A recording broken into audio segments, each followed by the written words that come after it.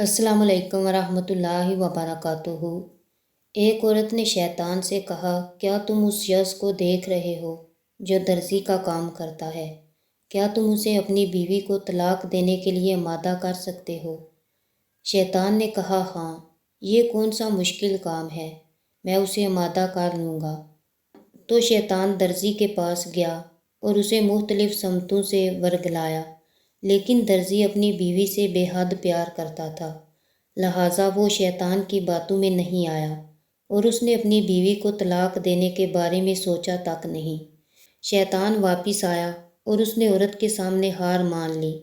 عورت نے کہا، اب دیکھو کیا ہوتا ہے۔ وہ عورت درزی کے پاس گئی اور اسے کہا کہ میرا بیٹا اپنی محبوبہ کو خوبصورت سوٹ گفٹ کرنا چاہتا ہے، جس کے لیے مجھے کپڑے کا ایک خوبصورت ٹکڑا چاہیے۔ درزی نے اسے ایک کپڑے کا ٹکڑا دے دیا۔ پھر وہ عورت درزی کے گھر گئی اور دروازہ کھٹکھٹایا تو درزی کی بیوی نے دروازہ کھول دیا۔ تو عورت نے اسے کہا، میں آپ کے گھر میں حاجت کے لیے آنا چاہتی ہوں۔ تو درزی کی بیگم نے اسے کہا، آ جاؤ۔ درزی کی بیوی باورچی خانہ میں چیزیں لینے گئی تو اس عورت نے وہ کپڑے کا ٹکڑا دروازے کے پیچھے رکھا اور باہر نکل آئی۔ شام کو درزی اپنے گھر آیا اور اس نے کپڑے کا وہ ٹکڑا اپنے گھر میں دیکھا جو اس نے دن میں ایک عورت کو بیچا تھا۔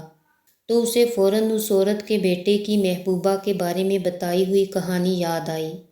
اسے اپنی بیوی کی بے وفائی پر شدید غصہ آیا اور اس نے اپنی بیوی سے بد کلامی کی اور بعد ازاں اس نے اپنی بیوی کو گھر سے نکال دیا۔ شیطان کو واقعہ معلوم ہوا تو اس نے عورت سے کہا، تم کیسی عورت ہو؟ عورت تو معصوم ہوتی ہے، تم تو مجھ سے بھی زیادہ شر دماغ رکھتی ہو۔ عورت نے کہا، انتظار کرو اور اب میرے اچھے اعمال بھی دیکھو۔ شیطان نے کہا، وہ کیسے؟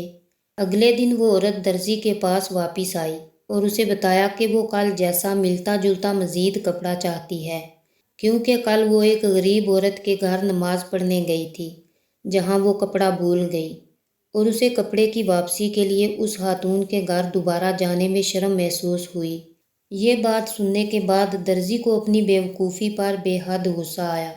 وہ فوراً اپنے سسرال گیا اور اپنی بیوی سے اپنی غلطی کی معافی مانگ کر اسے اپنے گھر واپس لے آیا۔ اب شیطان مینٹل ہسپتال میں ہے۔ انتہائی نگہداشت۔